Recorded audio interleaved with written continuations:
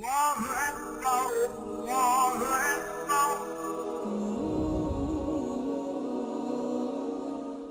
ابو حنیفہ رحمۃ اللہ علیہ ایک مرتبہ بارش کے موسم میں کہیں تشریف لے جا رہے تھے تو کیچڑ میں ایک بچہ کھیل رہا تھا. جیسے یہاں پر جب برف باری ہوتی ہے تو بچے برف میں کھیلتے ہیں، تو اسی طرح وہ کودتا اچھلتا ہوا جا رہا تھا. تو امام ابو حنیفہ رحمۃ اللہ علیہ کو خیر خواہی پیش نظر تھی، تو کہا میاں صاحب زادے ذرا خیال کر کے چلو، اگر پھسل جاؤ گے تو تمہاری ہڈی پسلی ٹوٹ جائے گی. تو کھیلتے کھیلتے ہی وہ جا رہا تھا اور رکے بغیر اس نے کہا کہ بڑے میاں آپ ہماری فکر نہ کیجیے، اپنی فکر کیجیے، اس لیے کہ ہم اگر پھسلے تو اکیلے پھسلیں گے، آپ اگر پھسل گئے تو قیامت تک آنے والی امت پھسل جائے گی. دیکھو کیسی نصیحت کی بات کہی. اسے خیال بھی بیچارے کو نہیں ہوگا بچے کو کہ میں کیا کہہ رہا ہوں، میں کس سے بات کر رہا ہوں. کہنے کا منشا یہ تھا کہ آپ تو امت کے بہت بڑے فقیہ ہیں اور قرآن اور حدیث پر غور و فکر کر کے امت کے لیے مسائل کا استنباط کرتے ہیں. اب جو مسئلہ آپ امت کو بتاتے ہیں امت اس پہ چلتی ہے اور قیامت تک چلتی رہے گی، تو آپ ہماری فکر نہ کیجیے، ہم اگر پھسلے تو اکیلے پھسلیں گے، ہمارے اکیلے کی ہڈی پسلی ٹوٹے گی، مگر مسائل کا استنباط کرنے میں اگر آپ پھسل گئے تو آپ جو بھی مسئلہ بیان کر کے دنیا سے جائیں گے امت قیامت تک اس پہ چلتی رہے گی، پوری امت پھسل جائے گی. تو دیکھو واضح و نصیحت کا عجیب و غریب طریقہ ہے حق تعالی شانہ کا. اور حق تعالی شانہ ہی میرے بھائیوں ہمیں مختلف انداز سے واضح و نصیحت کرتے ہیں، اور ہمیں حق تعالی شانہ ہی واضح و نصیحت کر کے سیدھے راستے پہ رکھتے ہیں. حضرت صلی اللہ علیہ وسلم نے ایک حدیث میں ارشاد فرمایا کہ ترکت فیکم واعظین الصامت والناطق، میں تم میں دو وائز چھوڑ کے جا رہا ہوں، دو واز کرنے والے، دو نصیحت کرنے والے. ان میں ایک نصیحت کرنے والا تو خاموش، بولتا ہی نہیں ہے، وہ الناطق والصامت. ایک واز کرنے والا ایسا ہے جو بولتا ہے اور دوسرا واز کرنے والا ایسا ہے جو خاموش ہے. تو میں دو واز کرنے والے، دو نصیحت کرنے والے چھوڑ کے جا رہا ہوں. دیکھو نصیحت کہاں کہاں سے ملتی ہے، اللہ اکبر. اور آگے پھر آپ نے فرمایا کہ الناطق القرآن، وہ جو بولنے والا ہے وہ تو قرآن ہے. یا ایھا الناس قد جاءتکم موعظۃ من ربکم، اے لوگوں تمہارے پروردگار کی طرف سے تمہارے پاس موعظت واز آ گیا ہے. واز ایسی بات آ گئی ہے جو دل میں اتر جاتی ہے، دل کو کھینچ لیتی ہے اپنی طرف. تو الناطق القرآن، میں تم میں دو ایسی چیزیں چھوڑ کے جا رہا ہوں جو واض و نصیحت کرنے والی ہے. ان میں سے ایک کیا ہے، بولنے والی، اور ایک خاموش. بولنے والی کیا ہے، الناطق القرآن، اور صامت الصامت الموت.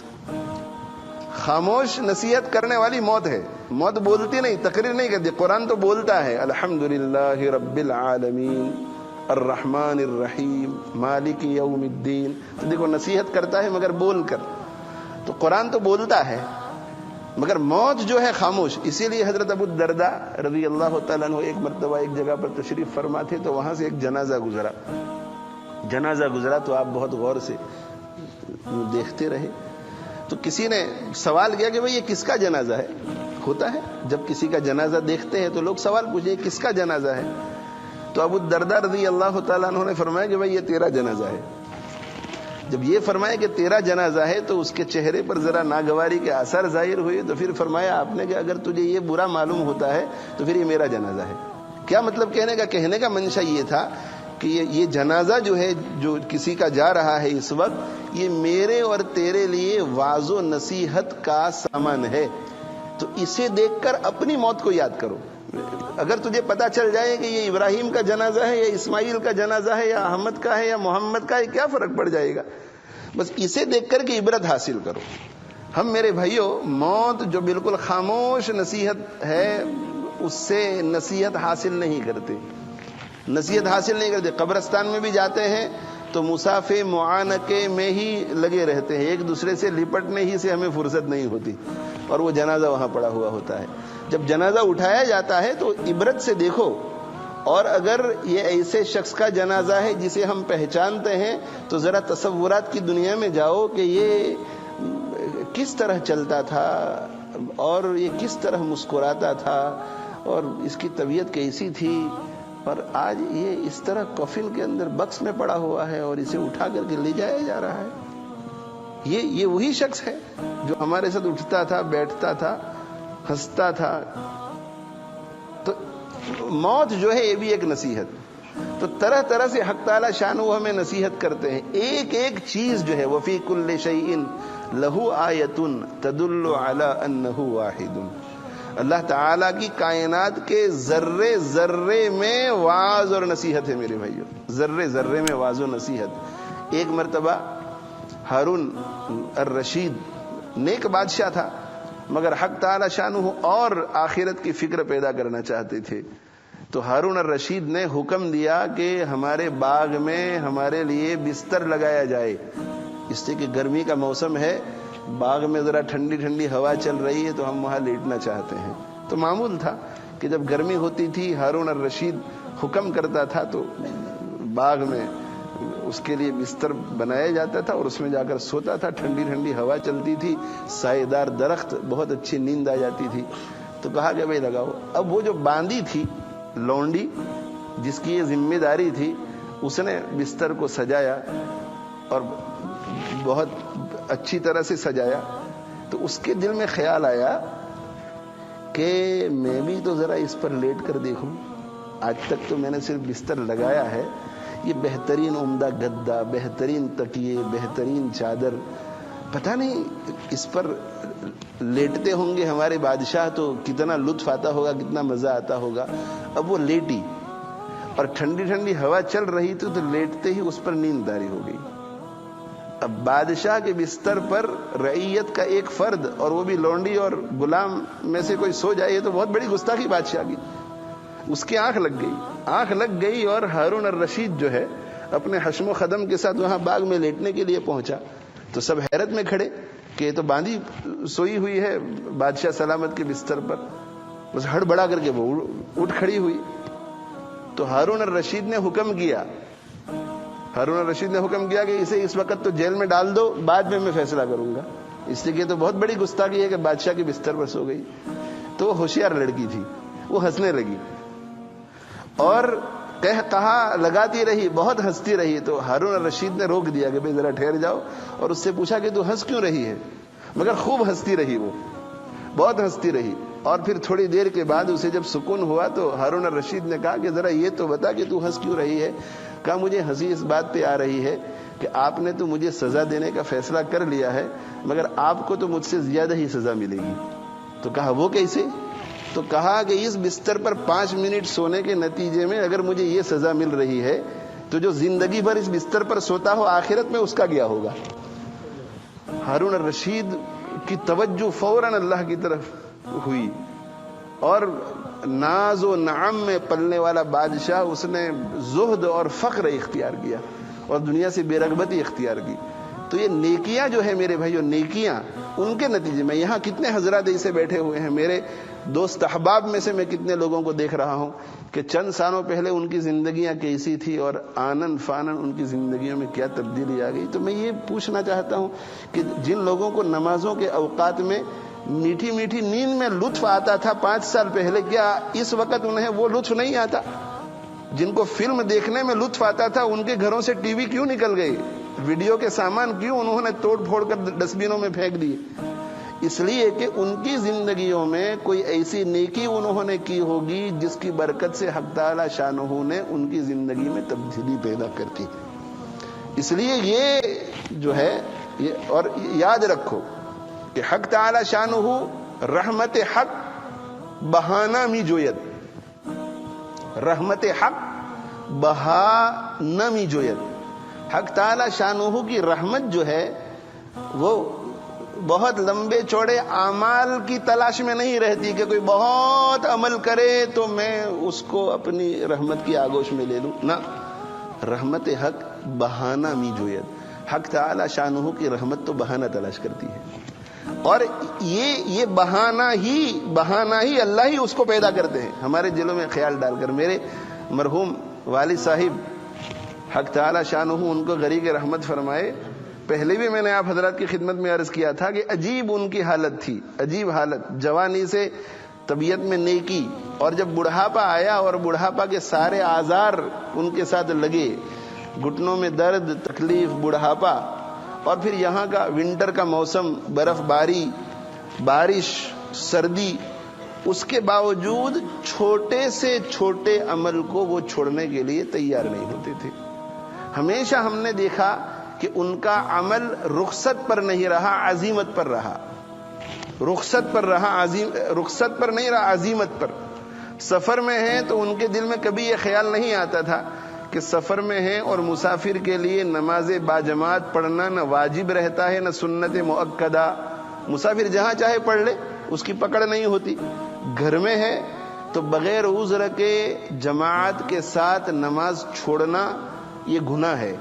بعض علماء کہتے ہیں کہ جماعت کے ساتھ نماز پڑھنا واجب، بعض حضرات کہتے ہیں کہ جماعت کے ساتھ نماز پڑھنا سنت مؤکدہ. دونوں صورتوں میں بغیر عذر کے جو ادھر ادھر دکانوں میں، فیکٹریوں میں، گھروں میں نماز پڑھ لیتے ہیں وہ گنہگار ہوتے ہیں. عذر ہے، عذر شرعی، عذر شدید تو الگ بات ہے.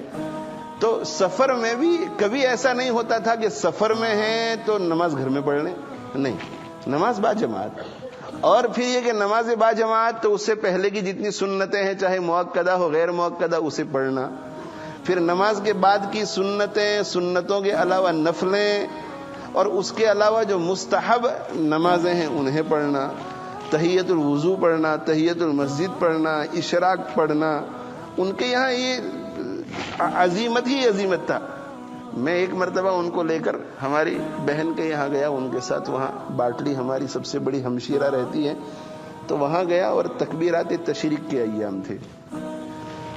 تو بہت دنوں کے بعد ہماری ہمشیرہ سے ملاقات ہوئی تھی، تو میں بیٹھ کر کے ان سے بات کر رہا تھا. ہمارے والد صاحب تو نماز با جماعت کے پابند تھے، تکبیر اولیٰ کے پابند تھے، تو کب سے وضو وغیرہ کر کے تیار ہو گئے اور مجھے تھوڑی تھوڑی دیر کے بعد لقمہ دیتے رہے کہ بیٹا وضو کر لیجئے، وضو کر لیجئے، وضو کر لیجئے. بہرحال میں وضو کرنے کے لیے اٹھا اور وضو کیا، اور میری نگاہ جو ہے وہ گھڑی کی طرف تھی، اور پھر یہ خیال بھی تھا کہ مسافر ہے، مسافر کے لیے تو نماز با جماعت کوئی ضروری بھی نہیں ہے. تو وضو کرتے کرتے پھر ہماری ہمشیرہ اندر آ گئی، تو وضو کرتے کرتے ان سے بات چیت کرنے لگا. ہمارے والد صاحب رحمۃ اللہ علیہ جو ہیں وہ وضو کے دوران کبھی بھی بات چیت نہیں کرتے تھے. وضو کے دوران کبھی بات چیت نہیں. وہ جو منقول دعائیں ہیں بزرگوں کی ان کا اہتمام فرماتے تھے.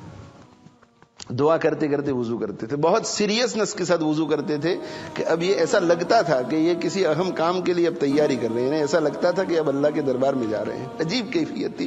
اس وقت جب ہم سوچتے ہیں ان کے وضو کو، بہت سیریسنس ان کے چہرے کے اوپر ہوتا تھا اور وضو کرتے تھے بہت اہتمام کے ساتھ.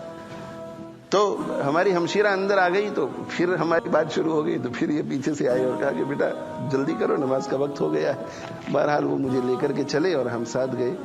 تو انہوں نے مجھے جاتے ہوئے یا نماز سے فارغ ہونے کے بعد آتے ہوئے کہا کہ بیٹا نماز میں ذرا جلدی کرنی چاہیے. تکبیرات تشریق جاتے ہوئے کہا کہ تکبیرات تشریق ہے، غالباً جاتے ہوئے کہ تکبیرات تشریق ہے، اور تکبیرات تشریق کے ایام ہیں، اور یہ عصر کی نماز آخری نماز ہے، آج آخری تکبیر تشریق ہے. تو میں نے ان سے کہا، میں نے کہا ابا تکبیر تشریق تو مسافر پر ہے ہی نہیں، اور دوسری بات ہے کہ مسافر پر تو نماز با جماعت بھی نہیں ہے. میں نے اپنا مسئلہ بیان کر دیا. تو انہیں اس کی ٹھیس پہنچی، مگر نماز کا وقت ہو گیا تھا تو انہوں نے کچھ کہا نہیں. نماز کے بعد انہوں نے پھر مجھے آتے ہوئے ذرا ٹھہر گئے اور کہا کہ تمہیں ہم نے پڑھایا اور کس مقصد سے پڑھایا، اور تمہاری یہ بات سن کر ہمیں آج بہت صدمہ ہوا. میرے عزیز طلبہ، ایک مقصد ہونا چاہیے پڑھنے کا. مقصد بیٹے کو معلوم نہیں ہے کہ کیوں پڑھ رہا ہوں، پر باپ کا کیا مقصد ہے پڑھانے کے پیچھے کا. ایک مقصد سے تمہیں پڑھایا تھا، اور تمہارا یہ جملہ سن کر کہ مسافر کے لیے نماز با جماعت ضروری نہیں، مسافر کے لیے تکبیر تشریق ضروری نہیں. تو علم تو عمل کے لیے ہے، علم عمل سے بھاگنے کے لیے تھوڑا ہے. یہ علم تم نے حاصل کیا تو عمل سے بھاگنے کے لیے کہ یہ ضروری نہیں ہے لہذا مت نہ کرو. اور پھر انہوں نے مجھے یہ کہا کہ میں تمہیں اپنا بتلاؤں عبرت کے طور پر، اور تاکہ تم عمل کر سکو، کہ مجھے اپنے بارے میں یہ معلوم نہیں ہے کہ آخری میری تکبیر تشریق کب چھوٹی ہے. تکبیر تشریق کا اتنا اہتمام کہ نماز باجماعت چھوٹ گئی اور تکبیر تشریق میری چھوٹی، یہ کب چھوٹی یہ مجھے پتا نہیں ہے. چھوٹی چھوٹی باتوں کا اہتمام، چھوٹی چھوٹی باتوں کا اہتمام. تو ہم نے ایک دن ان کو سمجھایا اور ہم نے کہا کہ آپ پر بڑھاپا طاری ہو گیا ہے اور آپ وہ کام کرتے ہیں جو شرعاً آپ کے لیے کرنا ضروری ہی نہیں ہے. اور آپ چونکہ جوانی میں اور صحت کے زمانے میں ہر چیز کا اہتمام فرماتے تھے، اس لیے حدیث شریف کی روشنی میں ہم آپ کو یہ بتلا رہے ہیں کہ آپ اگر ان کاموں کو کریں نہ کریں آپ کو آٹومیٹکلی ثواب ملتا رہے گا. تو انہوں نے اس وقت عجیب جواب دیا. انہوں نے یہ کہا کہ حق تعالی شانہ کے یہاں جو مغفرت ہوگی وہ اعمال کی بنیاد پر نہیں ہوگی، حق تعالی شانہ کے فضل کی بنیاد پر ہوگی. ایسی عجیب عجیب بات فرماتے تھے. حالانکہ عالم نہیں تھے، باضابطہ انہوں نے درس نظامی نہیں پڑھا تھا، مگر عجیب عجیب معرفت کی باتیں، بہت اونچی اور قیمتی باتیں. تو حق تعالی شانہ کے یہاں اعمال کی بنیاد پر مغفرت نہیں ہوگی، فضل کی بنیاد پر ہوگی. اور حق تعالی شانہ کا فضل جو ہے متوجہ ہوتا ہے کسی نیکی پر، کسی ایک نیکی پر. تو نیکیوں کا انبار لے کر بندہ جائے گا، مگر ہر نیکی کے اندر کوئی نہ کوئی کھوٹ نظر آئے گی. کہیں اخلاص میں کھوٹ ہے، کہیں نیت میں خرابی ہے، کہیں عمل جو ہے اس میں دوسری کوئی خرابی آ گئی. ایک عمل ایسا ہوگا جو بہت خلوص سے کیا ہوا ہوگا، وہ ایک عمل جو ہے وہ حق تعالی شانہ کی رحمت کو متوجہ کر لے گا.